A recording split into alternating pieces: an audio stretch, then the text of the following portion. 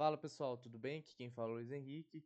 Bom, aqui nesse exercício a gente tem como principal objetivo realizar previsões com vetores autorregressivos no Python, tá? Para quem conhece ali a análise de séries temporais, econometria, já conhece bastante vetores autorregressivos, né? E aqui a gente pretende ensinar vocês como realizar previsões, tá? Usando o Python. Para quem não conhece vetores autorregressivos, basicamente é o que a gente chama de VAR, tá? São muito utilizados para fazer modelagem de séries temporais multivariadas, principalmente quando a gente está trabalhando com séries econômicas, tá? Macroeconômicas, tá? Então a gente consegue modelar a partir de um VAR a dinâmica conjunta de várias variáveis, tá? Então a gente tem um sistema de equações em que a gente modela elas conjuntamente, tá? E assim a gente consegue capturar os choques entre essas variáveis dentro desse sistema, tá? Então, basicamente, esse sistema vai ser desse jeito, em que a gente tem essa equação simplificada aqui, tá, pessoal? Em que a gente tem o y aqui representando um vetor de uma variável endógena e ela é explicada simplesmente por seus valores defasados, yt-1, né, ou até yt menos n, dependendo aí de n defasagens. Aqui tá p defasagens, tá, pessoal? Não n. E não somente seus valores passados, mas valores passados de outras variáveis que a gente pode incluir aqui dentro desse sistema, tá? Então, se a gente tiver uma variável x1, x2 ou y1, y2, enfim, vai depender da notação, aí a gente vai colocar aqui nessa equação. E claro, né, a gente vai colocar em uma outra equação aqui para representar esses outros valores. Por exemplo, eu tenho y aqui que é uma variável. Imagino que eu tenho x, que é outra variável, que ela entra aqui como uma variável explicativa nessa equação. Ela vai ser ali representada por uma outra equação como uma variável dependente, né? Então a gente vai ter x aqui e aí ela vai ser regredida ali em torno das variáveis defasáveis de y e de x, tá? Enfim, basicamente isso o modelo, né? No caso, se você quiser saber mais, a gente tem lá o nosso curso de análise de séries temporais com Python, tá? Nosso objetivo aqui é basicamente mostrar, fazer um exemplo aqui de previsão usando esse tipo de modelo a partir de algumas variáveis já criadas em um arquivo CSV, tá? Então, nesse arquivo CSV, a gente vai ter essas variáveis aqui, ó. A gente vai ter inflação acumulada em 12 meses, expectativa de inflação para os próximos 12 meses, ICBR, câmbio, taxa Selic, desemprego e IBC-BR, tá? Então, são dados mensais, beleza? Então, a gente vai estimar um VAR, tá? Com base nessas variáveis, e aí a gente vai precisar garantir a estacionariedade desses valores, tá? O VAR ele requer valores estacionários para que a gente consiga ali estimar os seus coeficientes, beleza? Então, a gente vai verificar a estacionariedade das séries com o teste Phillips-Perron, o teste PP. A gente vai diferenciar as séries quando necessário, né, para garantir a estacionariedade. Uma vez que a gente garante essa estacionariedade, a gente vai dividir os dados em conjunto de treino e teste. Por quê? Porque a gente precisa saber se nossas previsões são boas ou ruins. Uma vez que a gente tem o nosso conjunto de treino, a gente vai determinar a ordem ótima da defasagem do VAR, tá? Então a gente precisa saber quantas defasagens nosso VAR vai ter, tá? E aí a gente usa os status models para isso. Uma vez que a gente determina a defasagem do nosso VAR, né, com base em dados de treino, a gente vai estimar o VAR com as séries estacionárias, né, dos conjuntos de treino, e assim a gente realiza as previsões para o período de teste poder comparar, tá? É, então, a gente vai fazer aqui a instalação do pacote art, porque nele que vai ter a função do teste de Phillips-Perron para conseguir garantir estacionariedade. Então, a gente vai importar o pandas, NumPy, o stats models aqui, e stats models a gente vai pegar o var aqui, a função var, diretamente. Plot9 para construir o gráfico, matplotlib também. Se eu não me engano, eu acho que eu nem utilizo o plot9 aqui. Eu tinha utilizado, mas eu desisti. Então, podemos desconsiderar aqui esse, essa biblioteca. Então, eu vou executar aqui para ter certeza que vai funcionar o meu código. Então vamos importar os dados e aqui eu estou usando o RedCSV para pegar esse arquivo aqui que está lá no site da análise macro, tá? Esse arquivo contém todas as variáveis que eu citei, tá? Então a gente salva em dados. Eu coloco a data no índice, tá, pessoal? Com set index, eu coloco a coluna de data, tá? E garanto que a gente vai ter dados da frequência mensal em formato datetime, tá? Então isso aqui vai ser muito útil para quando a gente colocar na função var do statsModels, porque ele vai reconhecer dentro da função que a gente tem esses dados mensais e vai manter esses dados de data, tá, dentro do modelo. Ou melhor, dentro da, dos valores preditos dentro lá do var, tá? Bom, eu usei o plot9 aqui, então a gente vai voltar com ele. Eu acabei me enganando, então a gente importa aqui para ter certeza. Então eu usei o plot9 para construir o gráfico das variáveis, tá? De forma conjunta, fica mais fácil com o plot9.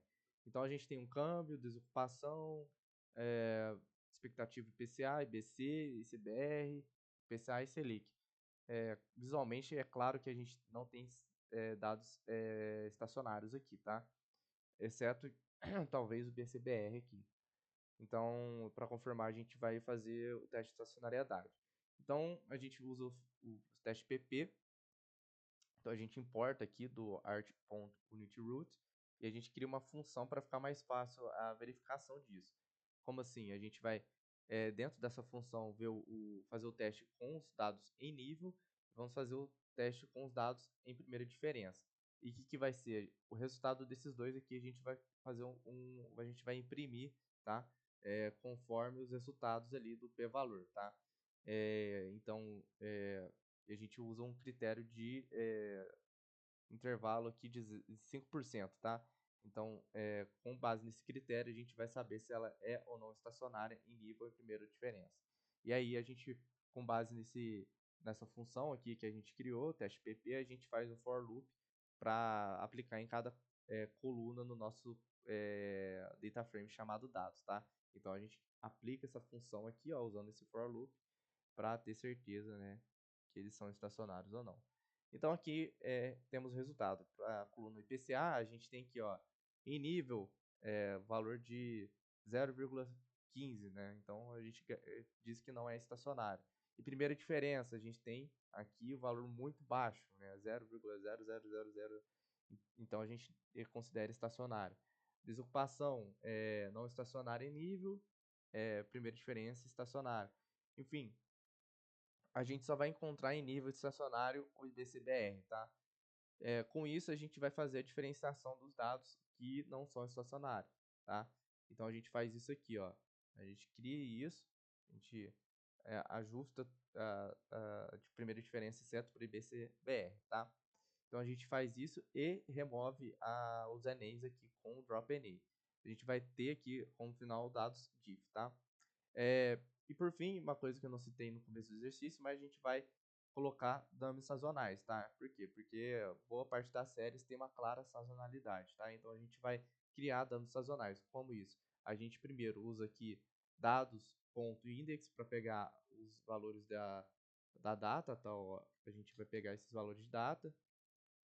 Acabei não criando anteriormente os dados diff, então não funcionou. Agora sim. Então, dados de if.index, a gente tem aqui os dados de data. Se a gente usar .mof, a gente vai pegar o número do mês.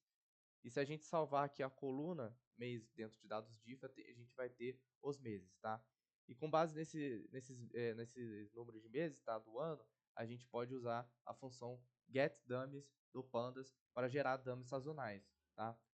No caso, essa função ela gera vários tipos de dummies, tá? Sazonais, mas a gente pode usar aqui para esse fim. Então a gente pega a coluna de mês, coloca dentro de getDummy, e a gente usa o prefixo aqui mês para criar as novas colunas que vão ter essas dummies, tá? Drop fees igual true para remover ali o primeiro valor, tá? Para não ter problema de multicolinearidade, tá? É quase que não sai aqui. Então a gente vai usar o pdgetDummies e vai resultar isso aqui, ó, tá? Então veja que a gente não tem o mês 1, tá? Então a gente tem esses valores aqui até o mês 12, tá?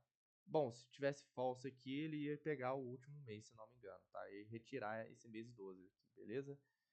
Bom, então a gente salva aqui em dumps e depois a gente concatena aqui para ter esse data frame aqui, ó, com as nossas variáveis estacionárias, né, primeira diferença, e os dumps.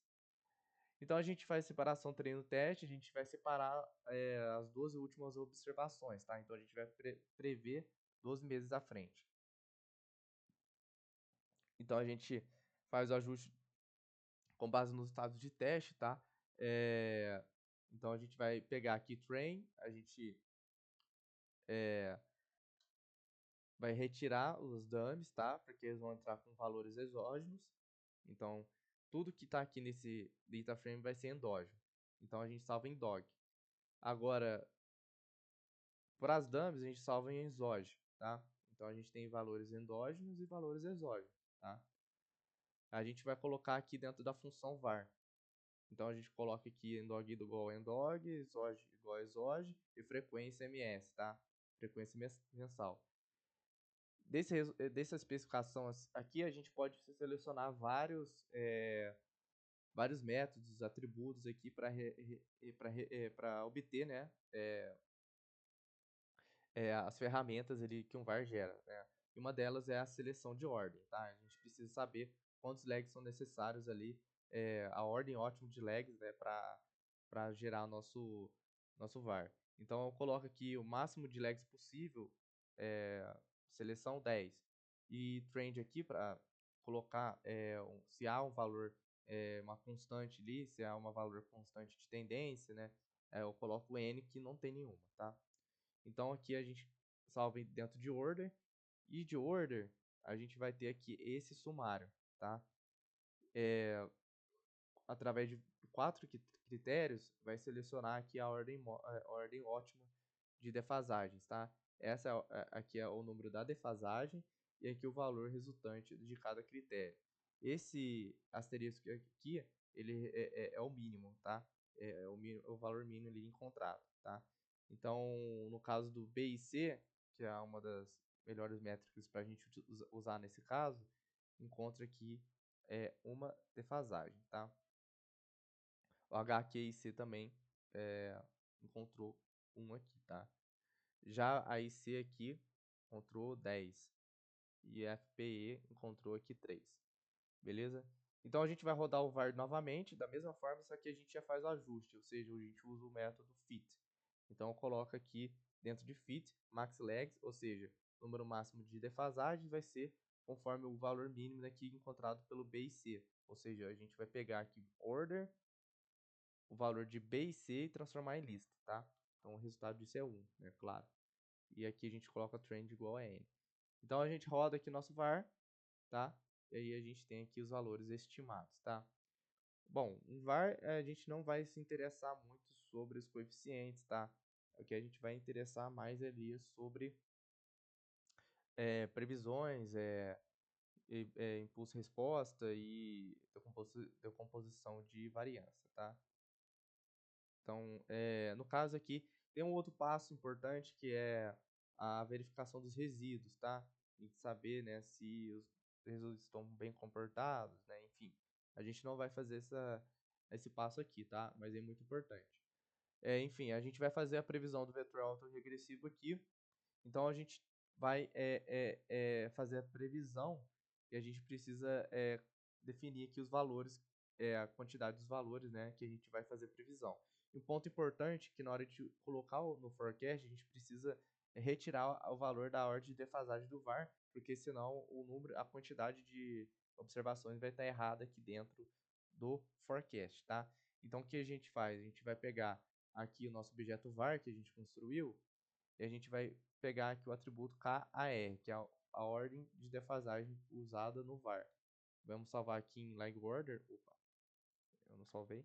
A gente vai usar aqui, colocar aqui em leg order. E o que a gente vai fazer? A gente vai pegar o nosso var, a gente vai pegar aqui, usar o método forecast para fazer previsão. A gente vai colocar os valores de endog, né, o dado de treino. E a gente vai pegar aqui os valores e retirar aqui a defasagem para dar certo a nossa previsão, tá? A gente vai retirar aqui, beleza? E aí a gente coloca aqui 12, que é o número de previsão que a gente quer fazer. E claro, a gente precisa colocar exoc future, que é a previsão conforme os valores futuros dos meses, né, que representam nossa damas sazonais, tá? Então aqui a gente tem pred, que são os valores previstos é, para, para todas as variáveis, tá? Então aqui a gente tem um array bem bagunçado. O que a gente precisa fazer? A gente precisa criar um objeto que contém a data e que contém os valores, tá? Então isso que a gente faz aqui. Então a gente cria aqui esse nosso data frame com as previsões, beleza? E aí a gente pode gerar aqui um gráfico para comparar os dados de treino e teste. Lembrando que aqui está diferenciado, tá, pessoal? Aqui eu usei o IPCA diferenciado, tá?